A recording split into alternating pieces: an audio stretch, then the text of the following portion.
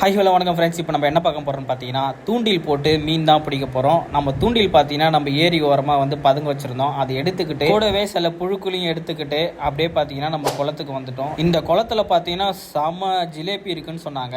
அந்த ஜிலேபி மீனை பிடிக்கிறதுக்காக தான் நம்ம வந்திருக்கோம். நாங்கள் தூண்டில் போட்டு ரொம்ப நேரமாக பார்த்தீங்கன்னா எங்களுக்கு மீனே கிடைக்கல.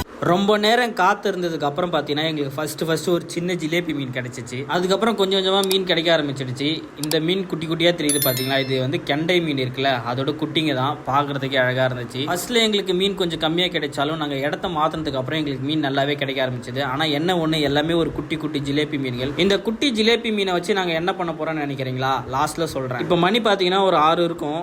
ஃபுல்லாகவே பார்த்தீங்கன்னா மீன் இந்த குளத்துல ஃபுல்லாக துள்ளி குதிக்குது பாருங்கள். பார்க்குறதுக்கே சூப்பராக இருந்தது. நாங்கள் ஒரு 7-8 ஜிலேபி மீன்களை பிடிச்சிட்டோம். இது எல்லாமே பார்த்தீங்கன்னா குட்டி தான். இந்த குட்டி ஜிலேபி மீன்களை வச்சு ஒரு சூப்பர் சம்பவம் பண்ண போகிறோம். நெக்ஸ்ட் வீடியோவில் பாருங்கள். டாடா.